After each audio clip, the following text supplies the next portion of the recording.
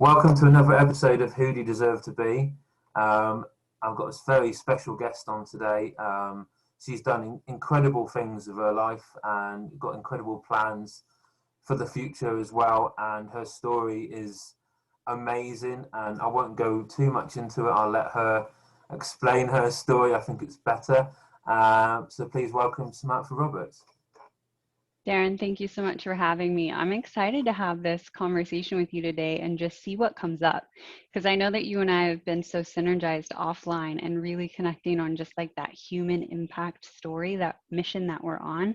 So I'm excited to be here. Thank you so much for having me. Brilliant. Thank you very much for coming on. And I'm sure my listeners will take a lot from you. So, yeah, if you could tell my listeners who is Samantha Roberts, where your story. Sure. How does one sum up their life in a short, brief phrase? But for me, it's a story of tenacity and courage, I think. About 10, 12 years ago, I had two accidents, back-to-back car accidents, that kind of sent me for a loop.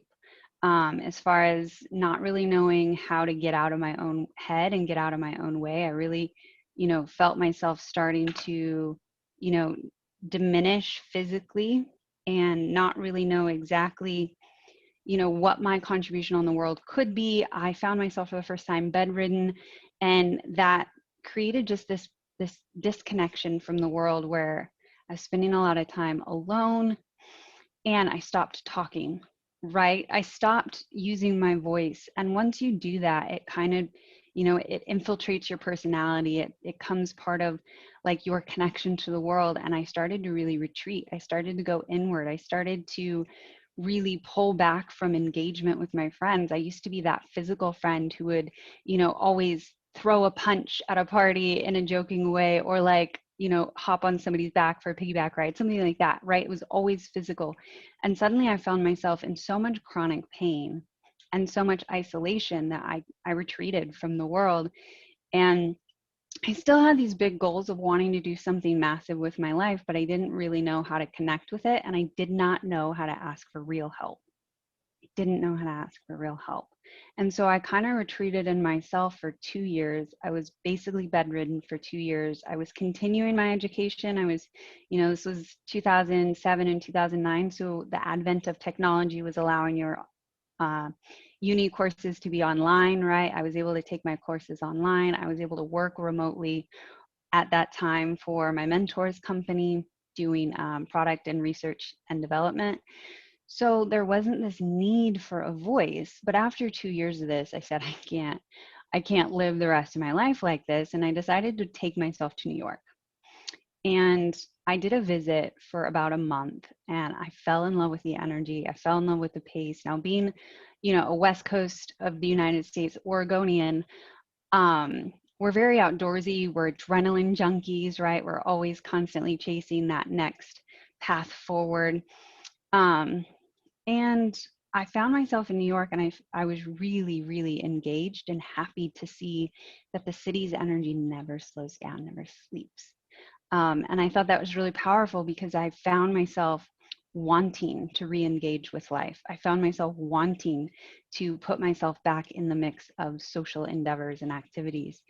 And, long story short, I decided to leave Oregon and move myself to New York and start chasing my corporate career, go back into class in person instead of online. And I built this career as a data analyst for a lot of the biggest beauty and retail brands here in the United States. And I didn't need a voice for that, right? I didn't need a voice for that. And I didn't need a lot of physicality for that. An analyst is not hired for their personality. An analyst is not hired because they are the life of the party. So I was able to kind of curate this life for myself where there wasn't a lot of need for my voice. So I continued to be primarily nonverbal for the next decade. And that kind of leads us to 2 years ago when I had enough. Really, I had enough, and I decided I needed to really find personal development communities. A friend allowed me an opportunity to attend a small dinner event with Tony Robbins. I was able to meet Tony Robbins, and that kind of opened my eyes to having integrity in your life again, right? Having somebody of his caliber speak into you and see you at your worst, and see that there's that Malcolm Gladwell blink, right? There's that something extra that's buried underneath, and showcasing that I wasn't living at my capacity. So over the last 2 years, I've just really been chasing that inner strength. Who is Sam at a core level, and how can I be of service to others? I've discovered now that my zone of genius, as I like to call it in my community, is really holding space for others to see their light. When you've been nonverbal for such a long period of time, you see things in a different way. You see people's capacity and amplitude in a different way. And I started my podcast, and it just hosts courageous conversations with entrepreneurs and thought leaders from around the world, or even industry leaders. I've had neuroscientists on, I've had Olympic athlete on, I've had best-selling authors on, and it's just these courageous conversations of me being able to see myself awaken. And that's what I want to help others with around the world. That's why I was so inspired to connect with you and share us together with your audience, because it's like we're both really chasing, like, who's that inner self? What's that gift you possess that someone needs to hear? And Darren, with you, like, I've been so inspired because you're daring to put your journey out transparently, which is such a gift. Honestly, it's such a gift. And the community that you're reaching is so in need of that message. So I'm happy to continue to share. Thank you for sharing that. That's incredible, and you've come on so far in the last couple of years. It's an incredible story, and that's what inspired me as well, listening to some of your episodes that you've put on live on Facebook and that inspired me to reach out, because I thought we have to do something. It's incredible. We have to reach these people, and it's and to be able to do that, it's amazing. So thank you again for coming on and sharing that with everyone. Absolutely. So really, your triggering point to improve who you were was meeting Tony Robbins, wasn't it? That was your trigger. It really was. It really was. I met the friend traveling around Europe in 2016. It was the first break I had taken from corporate life in 26 months. I had not taken more than 48 hours off in 26 months. And I decided to ditch everything in New York and go travel backpack around Europe for 7 months. And I met this entrepreneurial friend along the way, and he and I just connected. And he's like, you've got more in you, but like, I'm going to let you be you. And he just held space for me. And I think that's one of the greatest gifts you can receive, is when you know that there's a greater calling on your life, but you don't have the tools yet or the bandwidth within yourself to execute fully.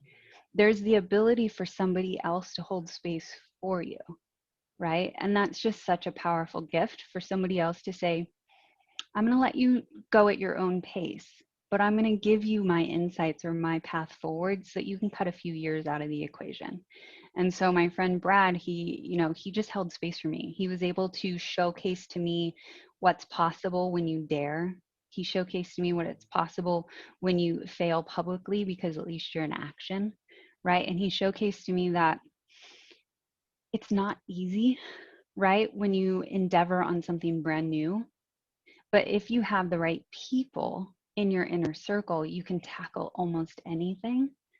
And for me, that was really, really transformative, because I had thought that I need to do everything on my own. I thought suffering in silence was my path forward.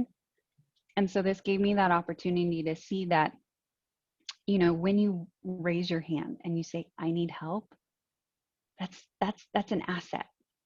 That's a gift. That's allowing someone else to be supportive to you, because somebody else's zone of genius, we'll go back to that phrase that I love to use, is helping, right? Somebody else's best contribution to the world is holding space.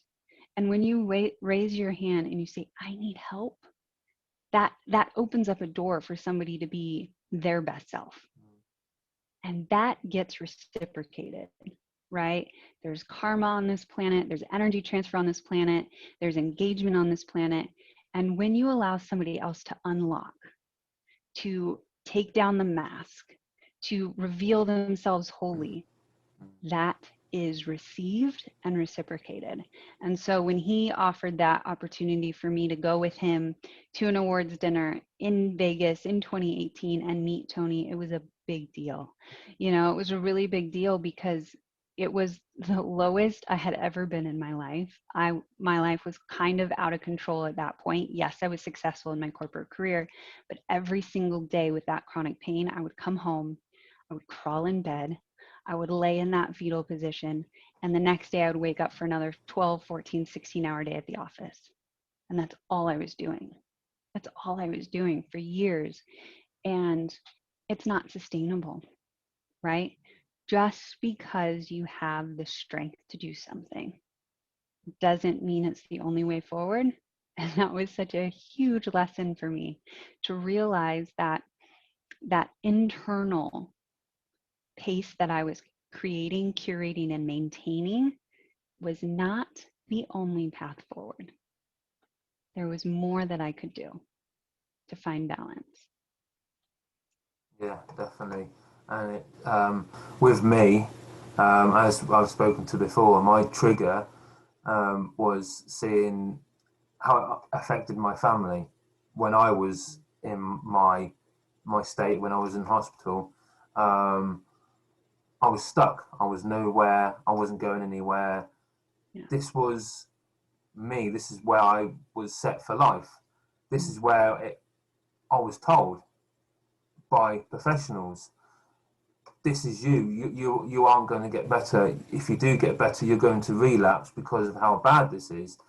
Professionals were quite willing to say, no, this is you for the rest of your life. Right. And what triggered me was seeing how it affected, like I said, it affected my family and my friends when they came to visit. And in particular, one time, my mum and my sister came, and they were in floods of tears because I would just be sat on my bed, just sit there staring at the window. I wouldn't communicate with them, nothing. And the time that I did communicate, when they did come, was my sister sat down next to me, and I never said a word, didn't look at them, and all I did was put my head on her shoulder. And I remember hearing them crying, and they left the room shortly after that. And I remember sitting there and thought, this isn't me for the rest of my life. This can't be me. There must be more to life. There must be more to me, because before all this, I was the outgoing, bubbly prankster, joking around. I was always up for a laugh, do anything, risk anything, and that person had gone completely. I was taken over by someone else. And I knew at that time that the doctors were wrong. They can't, they're not right. This isn't me. Yeah. Just because of someone else's opinion towards me doesn't mean that's me. Right. And from that moment onwards, I knew I had to change, and I had to do it my way and for myself, more than anybody else. And it's been a long 16 years, but I'm by far where I want to be in life, but I'm nearly there, and it's amazing, and being able to help people is the only way forward. It's the only way I know. That's where you and I are so aligned. Yeah. There's no other path forward. I always speak about there's no going back to the before. There's no going back to that person who had so little contribution that I thought it was enough to kill myself in corporate America and then go home and crawl in bed. To do that day in and day out was not my intended contribution on this earth. I have not been gifted, you have not been gifted so many rock bottoms for us to do nothing with it to impact and help others. We've been gifted those opportunities because we have the strength, the wherewithal, the tenacity, the engagement, the knowingness that it can help others. You only receive what you can come through, right? You only receive the hardship and the challenge that you can do something with. And that is hard to take in sometimes, right? It is not easy when you're in those rock bottom moments to be like, you could have gifted this to someone else, right? You're like, does this really have to be my life? But when you have that sense of future thought, even for a moment, even briefly, it's enough to give that shift, to give that pivot, to give that knowingness that there might be a reason for it or a person on the other end of it that can be helped, right? When you and I were sitting in our transformative darkness, we didn't know the full vision of it. But like you hinted on, like you pointed out, there is that knowingness that there's something intended. There's something bigger than ourselves happening. And I think for me, when I decided to relinquish control and stop trying to be in the driver's seat of absolutely every decision in my life, and I said, let me just trust the path and trust the people that come into my life are intended to be here. And when I did that, it really helped me understand that it's not about me. When you feel isolated, it feels like everything is about you. When you take the weight off of your shoulders and you go, I don't need to be in control of this pain. I can be a conduit for this pain to pass through, maybe so that someone else doesn't have to hold it, right? The two words that I have been living through because of my work with Tony is catalyst and conduit. I know that I can not absorb, but transfer energy through me, take on hardship of others, but release it, cleanse it, let it go. Right? As an empath, I used to take other people's energy and sit in it. I used to, pull it off of other people so that they didn't have to suffer, but then I would sit in it. And now I've learned the tools, the methodologies, the practices to cleanse it and let it back out into the world. Because pain doesn't need to be eliminated from the world. Hardship, darkness does not need to be eliminated from the world. It needs to have the right tools to be processed. Right? So whether it's mindset shifts, whether it's breath work or internal work, or whether it's, frame of context and frame of mind, those are things that we can leverage, work through, utilize in order to cleanse that energy and let it go. There's a lesson in everything, good and bad in the world, and it's that reframe that allows us to do something good with it. I think that's super important for us to slow down and to think about, because in my darkness, I didn't know that. I didn't realize there were tools, right? Tools to actually navigate these challenges, that there's something you can do differently. I thought, wow, I was raised with resiliency. That was the number one facet of how I was raised. No matter what comes my way, I'll just, pull up my bootstraps, as we called it, tighten my belt buckle and get through it. Right? I thought that was the path forward. I thought, let me just endure everything that comes my way and take it as endurance and resiliency, rather than saying it's just a facet of the transformation and the growth. Yeah. And I always say I'm proud of my experience, because it's made me who I am today, and it's opened up my gift that I never knew I had, to be able to help people going through what I went through. And I'll go back to, I was listening to some motivational stuff from Spotify. I listen to it quite a lot. I have my alarm set to it, so I wake up to motivational speeches in the morning. I'll have it on my headphones when I'm walking the dog or I'm doing my weights. I'll have it on in the background. And Grant Cardone's little speech came on, and I'm a follower of Grant, and you're a licensee of Grant's, and he's an incredible guy. I've had Brandon on my show. He's an absolutely amazing guy. But going what Grant says, and this really caught my attention to this one part he said, and he said, you may not have like the talent and the skills, and you may be scared of like, oh, I don't know how to surf, I can't surf, I can't surf. But show up. Just one of the biggest parts of succeeding you can do is show up. Yeah. Show up, and you'll figure it out. If you can do it, if you can't surf, just get a surfboard, jump on the water, and you'll figure it out.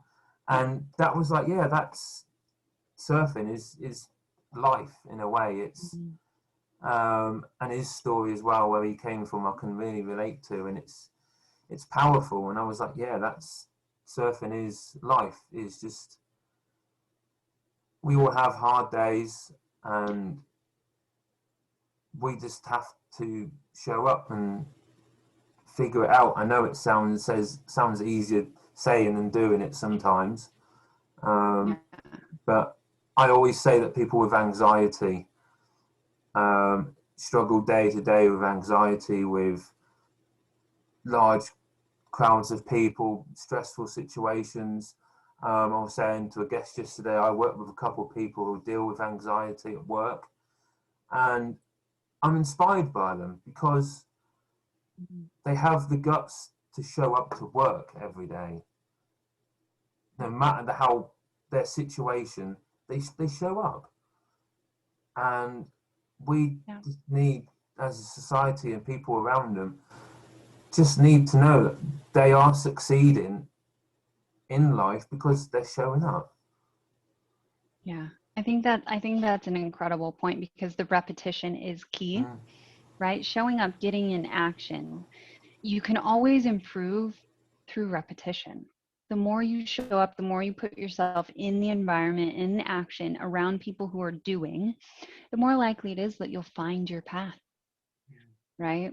In my years in isolation, where I wasn't trying to be in action with anybody, and I was just worried about, one foot in front of the other for myself, I wasn't in alignment and in integrity with what I knew I was capable of. I actively lived my life knowing that I was showing up at 10%. And I was allowing that, because for me, showing up 10% for myself allowed me to show up at 100% for everybody who needed me. Now, I wouldn't recommend this for everyone or anyone really, but what it showed me is that I can, right? I can endure, and I can come through, and I can be of support to others.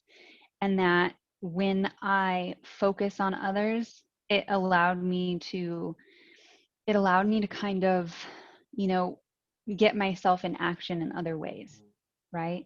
By being with somebody else as the forefront of my focus, it allowed me to put in the repetitions of getting in action, right? When you're someone who's been bedridden, or someone who's been nonverbal, or someone as myself was suffering with not just the chronic pain, but also post-concussion syndrome, I had this inaccessibility of my own thought, of my own point of view. So if I was holding space for somebody else to get their thoughts out, I was slowly rebuilding the synapses of my brain to be able to understand what my point of view might be, right? But with post-concussion syndrome, there's so much inaccessibility of your own thoughts, your own short-term memory, and your own point of view. And so for me, by holding space for other people to have their energy expressed, it opened up this ability for me to start finding myself. And when it's buried so deep with post-concussion syndrome, it's a challenge. I remember, parking my car one day to go to the post office, and I couldn't remember where that car was. It started raining. I was so upset and so disappointed because I couldn't for the life of me remember where this car was. I was in a different neighborhood than I'd ever been in, and my phone was dead, right? Modern world challenges. Yeah. And my phone was dead, and I didn't have an ability to find it, right? And I had to just kind of sit there and wallow in my hardship until, I was able to retrace my steps slowly. But it took me almost an hour to find that car. And I only share that story to showcase that when you're coming through challenge, where your own limitations and weaknesses, it's not a bad thing to categorize that. to put it in a book and understand this is something that triggered me today. This is something that was hard for me today, and start to journal and document these challenges that you come through, because it does fill you up on your hardest days. That here's an example of when I showed up for myself, when I found myself in challenge and got through it, or the ability to just kind of look back on the journey. Because when I look back the last 10 years, right, that decade in darkness, as I call it, my biggest execution that I'm working on now is really documenting the step-by-steps of how I got back to myself, right? How did I get through that darkness? How did I get back to today? And, one of the biggest things, again, was finding my point of view, finding my ability to hold space for others, gaining back my point of view. And then with, let's tie a few things together, Grant Cardone and post-concussion syndrome. So for me, one of the biggest things that I needed to do was refire the synapses in my brain. So I started listening to audiobooks on 3.5 times speed. It changed my ability to access my thoughts. And I've asked neuroscientists about this because I find it so fascinating, right? What is it that is actually happening in the brain when you put it at rapid speed? You're changing the association of what it is you're hearing. And what I started doing was listening to the 10X Rule by Grant Cardone at 3.5 times speed all day, every day, for weeks, for months, right? Because it puts your short-term memory and your recall in action. At first, you miss a lot of the words. Through repetition, through time, you start to have your short-term memory and your synapses fire into that space and retrieve, right? The retrieval is what was missing for me, and retrieve those memories of what was to come next in the book. And the added benefit, of course, was being able to be uplifted by his incredible energy. That book really is a roadmap for so many entrepreneurs around the world of exactly what it is you can do when you put yourself in action. So full circle with the conversation we've been having, right? Like, put yourself in action, put yourself in proximity to those who are really daring to be out in front, and be willing to fail publicly, right? Be willing to have imperfect action as a part of your life, and remove those limitations or those damages of, am I enough? Of course you're enough. You're here for a reason. Every single person on this planet has a mission, has one person at minimum that they can help with their journey. And so each time that we share our journey, each time that we share ourselves, we unlock one other person. Sometimes they don't tell us for a while that we've impacted them. But even this conversation that we're having today, that's going to help at least one person. That's why you and I are both engaged in this activity, right? Yeah, definitely. That was always my goal. If I can just help that one person, then I've succeeded in what I wanted to do. Because it's that cycle, like you said. You help that one person. I don't even have to be talking to them to be able to help them, and that can then duplicate and duplicate and duplicate onto, and it's just an amazing way to be able to do it, to be able to reach someone that you never knew you can reach. And it's amazing. And that's another thing with Grant and Brandon, and that they all, and the 10x is duplication, and it's incredible and it's powerful. But for me there's still so much more awareness that we can be doing with mental health as a society. There's so little. I know it's improved a lot more from when I was ill. It's improved so much, but we're still lagging so badly with it all. And there was over here, there was a football player, soccer player over here, called David Cox, and he played for a Scottish team, I believe, and he was getting abuse from another player from another team about his mental health, and it got him to the stage where he walked out of the stadium, and he's now retired. He's quit football. He said he's had enough of football because of the stick he was getting, and that just shows how much more we still have to go with mental health. Yeah. It's unbelievable, and it was horrible to see that, and it was. We shouldn't be like that in 2021. We shouldn't be, with the way the world is with the pandemic at the moment, to think that there's still that abuse and that hate out there. It's shocking, really. I don't know what we can do as a society to improve the awareness of mental health, because it's the hidden silent killer. It's the mission like you're on right now. It's these courageous conversations. It's normalizing hardship and challenge. That is our best path forward in 2021. The more courageous conversations that you and I and everyone in our community can host right now to normalize that struggle is happening and struggle is part of success, and that you have to have moments of darkness in order to see the light.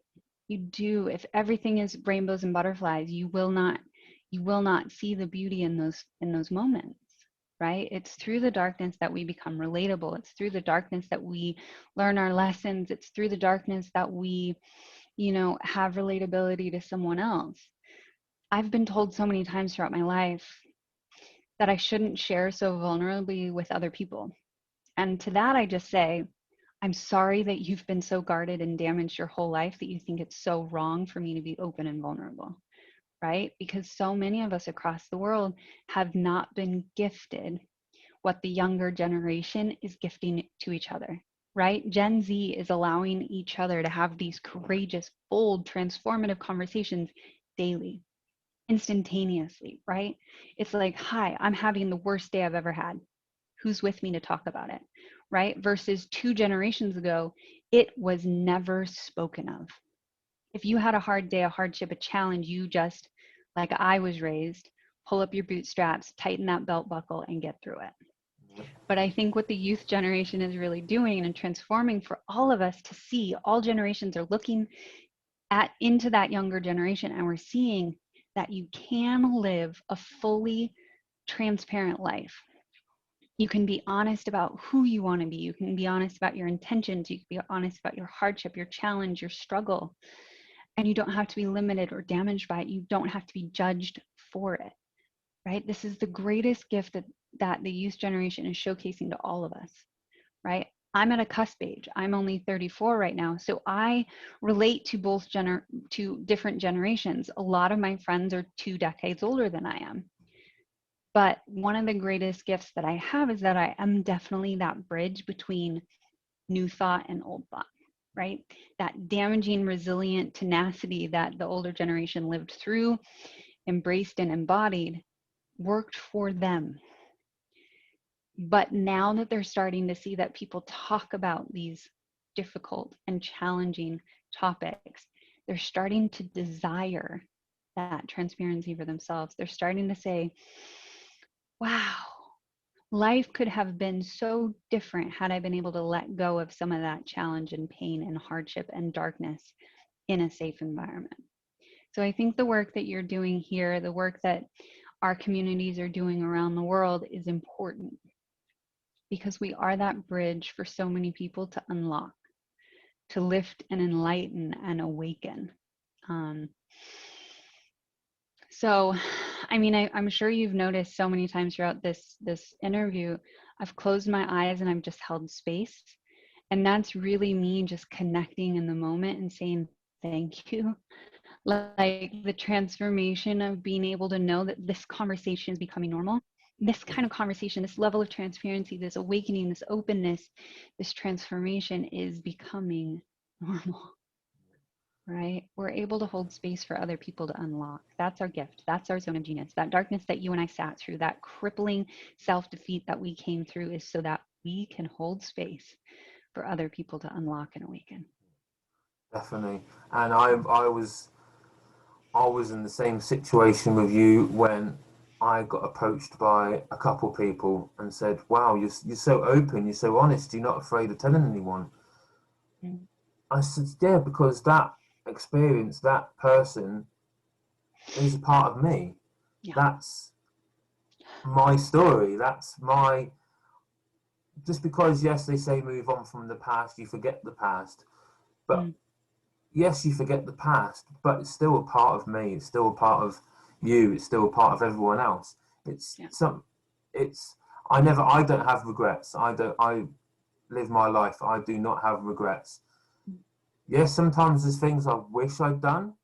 Mm-hmm. I don't regret my decisions because I will not be in the position and I will not be where I am today if it Yeah. wasn't for those decisions. Yeah. Um, and the new generation now, like you said, I'm 35, so I'm the same as you. I grew up through the 90s, Mm-hmm. and I'm in with this new generation, and they call it the soft generation, but I hate that word, the soft generation, because yes, we were brought up in that time where you said you pull your socks up, you get on with it. But that kind of worked in a way, but a lot more people had more inner demons that they didn't Yes. share. Yes. Yes. Yes. And Yes. that killed more people because Mm. they didn't share it because they were too afraid, they're too embarrassed, they're too ashamed. And now the new generation don't pull their socks up and get on with it. They, yes, some of them may sit and dwell and think and they have regrets and they're ashamed but they open up more. There's more openness. There's more willing to have this conversation, and they're not afraid to have that conversation with anybody. And like you said, it is starting to normalize, and that's how it needs to be.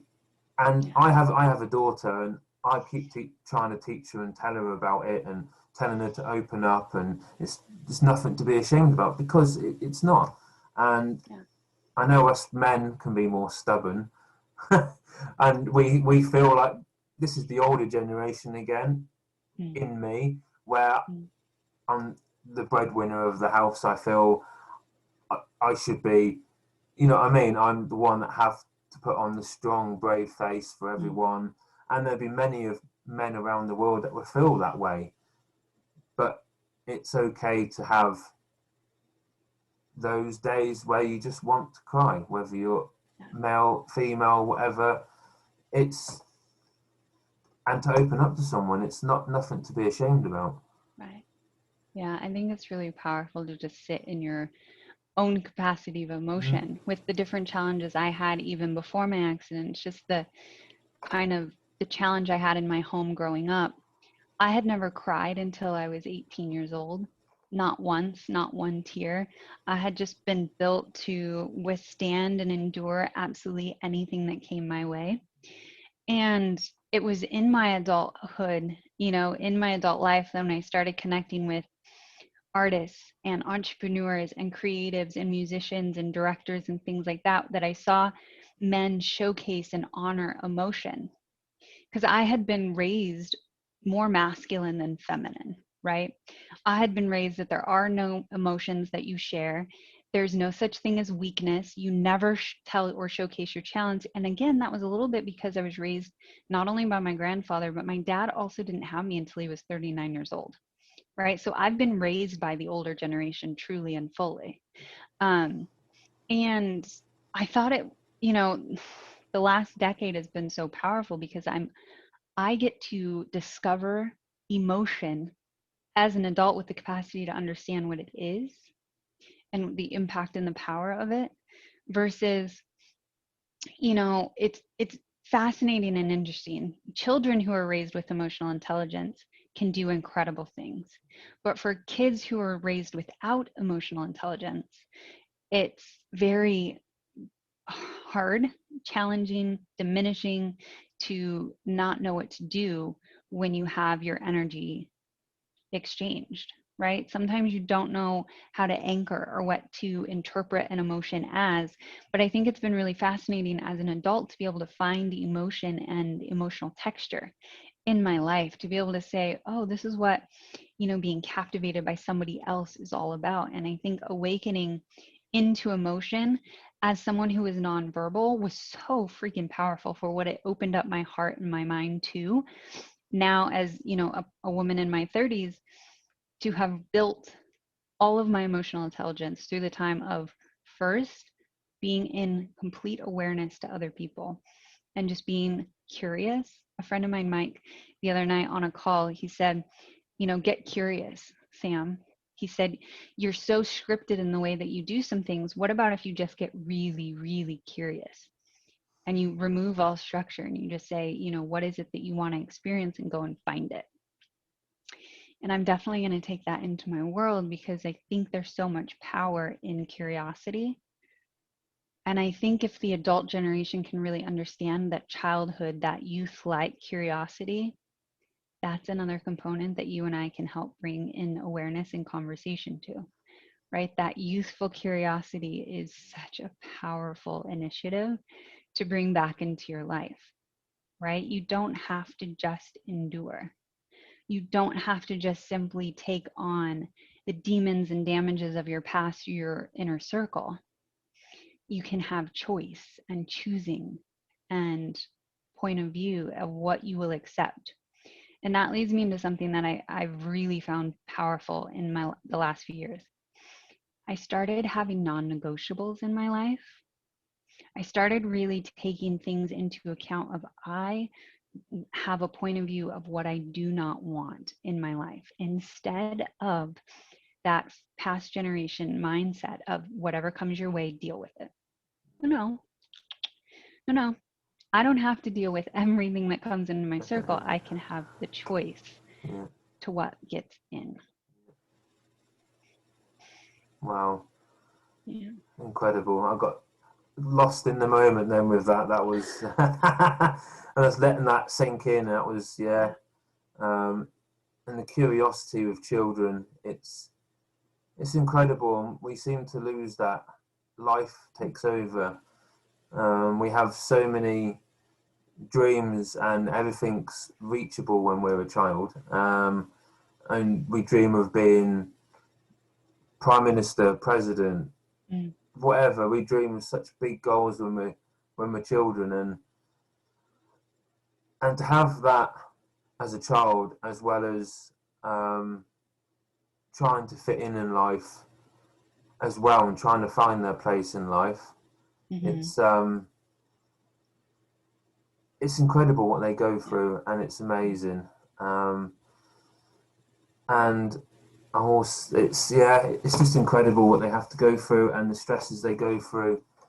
And on that note, I want to wrap it up on that, because I think it's a great way to leave that episode, and let everyone think about that, because we lose ourselves in life, and it's incredible. And I'd like to say thank you for coming on. It's been amazing. I love the breadth of topics that we covered. I think the different moments and awarenesses that you and I have both received into our lives, to be able to talk about them so openly, I think it's a beautiful path forward. I think it opens up the potential for so many different conversations to come into play, right? I think we never truly understand the impact of storytelling and of opening ourselves up to the world. But connecting with your story, connecting with your journey has been impactful to me, because I see, the heart that you leverage as a father to raise your daughter to be open and to receive, your journey as a gift. So many parents, they look at their journey and they bury it from their children. But what you're doing, Darren, is so powerful, to be able to showcase to your daughter that you can come through incredible anguish and hardship and challenge and leverage it to serve the world. Bless you. Bless you. Wow, it's so powerful. Thank you for that. And it's the same with your story. It's sometimes my family wish I was mute in a bad way, because I got a habit of rambling on a lot. But to go through that double accident and go through what you went through, that's incredible. And to be where you are now, it is inspiring and it's amazing, and everyone will take a lot from that. And yeah, I just want to say thank you again for coming on and sharing it, and it's a great honor to have you on. And I will leave everyone again asking the same question: who do you deserve to be? And I'll leave that with you as well. And hopefully we can connect again and maybe do another one sometime. We are going to continue to be in each other's lives at such a powerful level, and no doubt. Brilliant. Thank you very much for coming on again.